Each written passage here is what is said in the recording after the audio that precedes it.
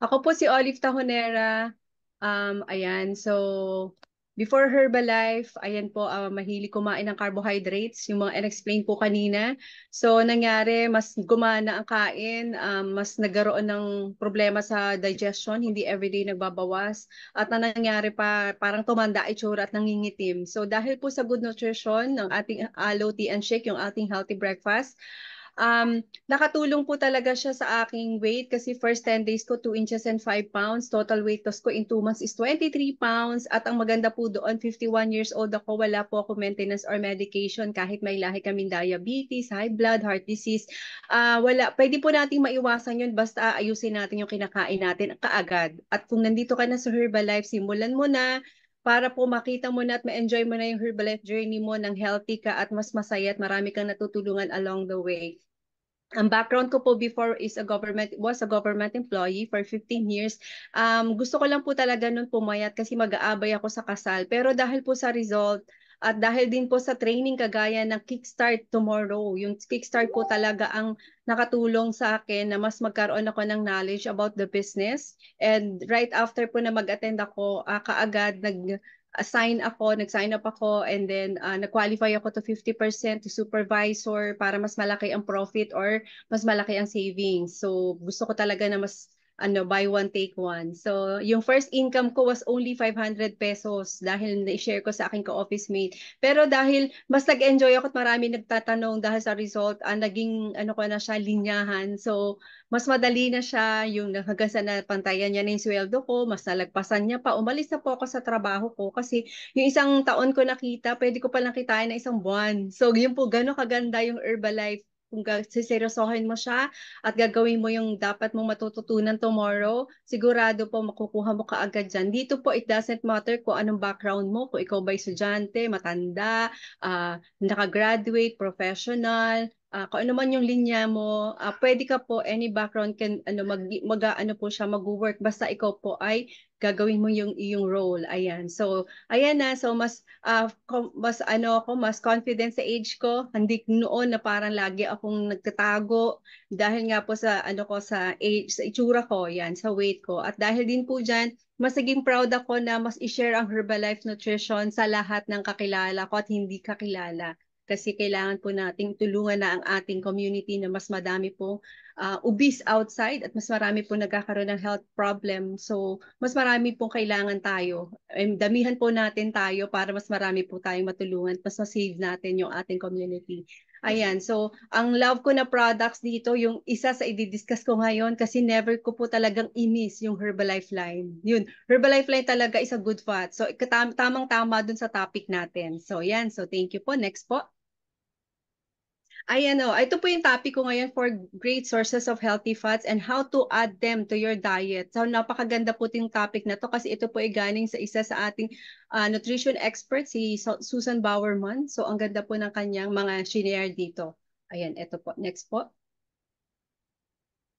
Ayan, sabi nga, ano nga ba yung mga healthy fats? Yung good fats such as unsaturated fats and omega-3 fatty acids have the opposite effect. In fact, healthy fats play a huge role in helping your manage your mood, stay on top of the mental game, fight fatigue, and even control your weight. Ganun po kaimportante ang good fat kasi mas magiging mentally alert ka. So, mas mataas ang energy mo. So, kaya talaga naman kapag healthy ang fats na kinakain mo, kitang-kita yan sa energy mo. Pero kapag bad fat, ang nangyayari, kitang-kita rin nila sa'yo na gaano ka kapagod kasi hirap na hirap yung katawan mong bitbitin yung bad fat. No, healthy fats can also help support heart health. So there's no reason to completely avoid all fats in your diet.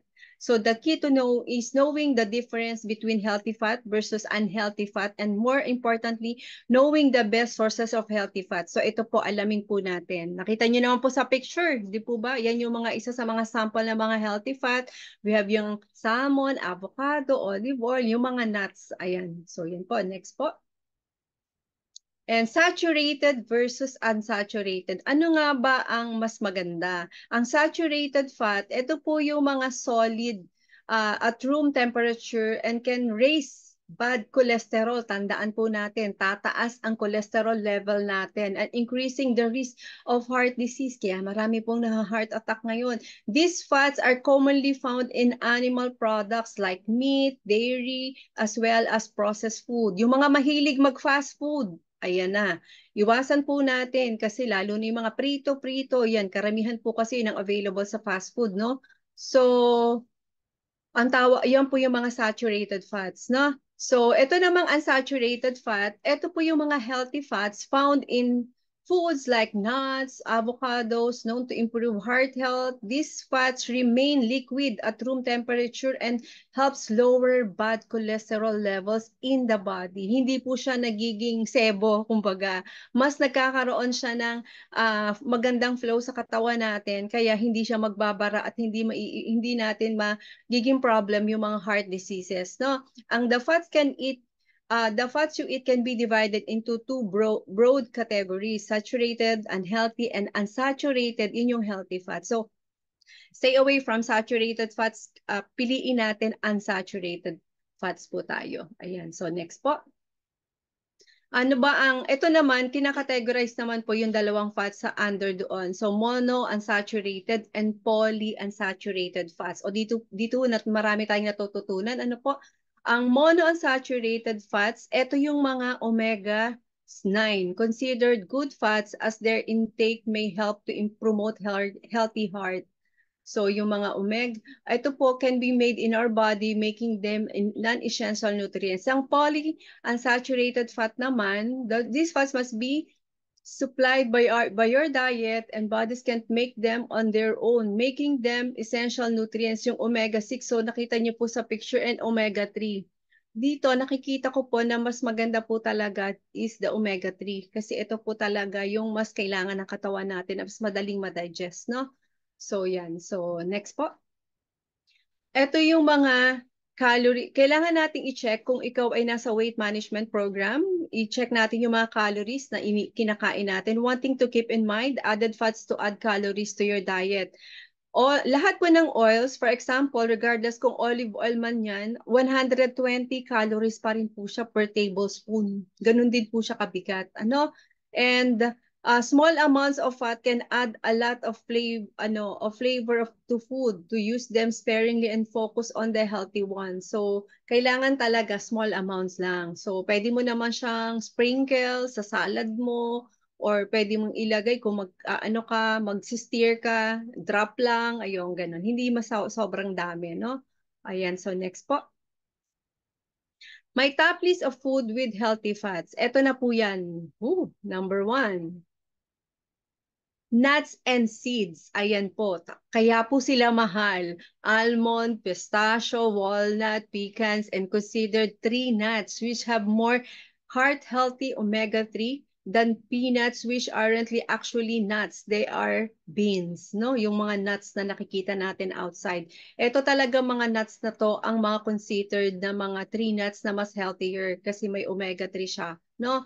Try a few tips to get more nuts and seeds into your diet. So sabi nga po, a handful of nuts making a filling snack. Hindi po isang bowl, handful lang, no? Try stirring some nut butter into oatmeal, yogurt, or protein shakes. Ako nga po, ina-add ko lang sa shake natin, pero mga teaspoon lang. Or spread some on apple slices for a quick snack. Yun, pwede po yun. And sprinkle nuts or seeds into your shakes or green salads on top of cooked vegetables, yogurt, or hot cereal. O di po ba? Ano lang talaga, sprinkle lang yung mga to. Like yung mga flax seeds, ayan, yung mga nakikita nyo po ng mga nuts, ilagay nyo lang po yan sa top of your favorite food. Yan, nakita nyo po yung measurement, ganyan lang po siya. Okay, parang isang scoop lang, no? Okay, so next po. Sa olive oils and olives naman, olive oil is also one of the richest sources of heart-healthy monounsaturated fat.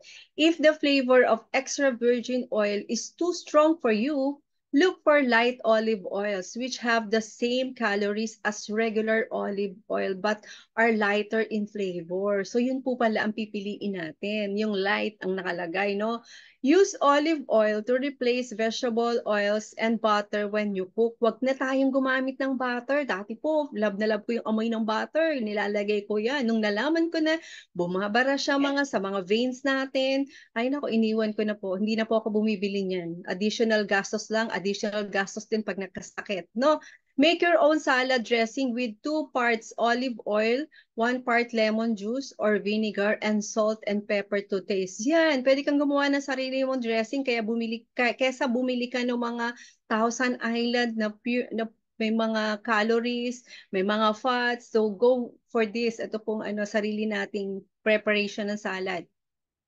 Use a tiny bit of olive oil to flavor cooked vegetables. Ayan. So, lagyan natin ng konti para lang magkaroon ng additional oil. So, pwede po yung olive oil, no? Tiny bit. Okay. So, next po. Sa seafood naman, fish fat naturally contains heart-healthy omega-3, but most of us or simply don't eat as often as we should. That is a couple of times a week. Like canned tuna and salmon are super convenient. Flake some tuna or salmon on top of green salad or for a quick meal. So, pwede mo siyang ilagay na topping sa yung mga salad, no? Yung mga tuna and salmon na yan.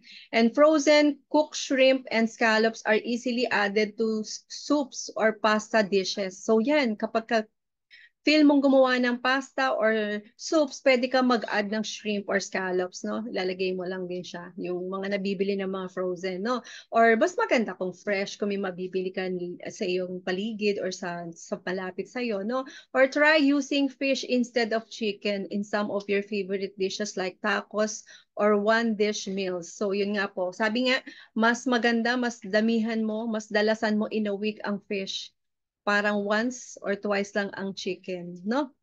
And order fish more open when you eat in restaurant. So yun, mas maganda po, mas mag-order ka sa restaurant, kaya mahal din yung fish kasi yun talaga yung healthy. Yun, wais na ngayon ng mga tao, no po? So better pa rin na magkaroon ka ng sarili mong preparation or sa bahay. So next po, avocado, yan, isa sa mga favorite ko na fruits. An avocado is technically a fruit and a good source of monounsaturated fat. Here are few of my favorite uses for avocado. So use mashed avocado as a substitute for mayonnaise in tuna salad or egg salad. So hindi mo na kailangan gumamit ng mayonnaise na punong-puno ng fats.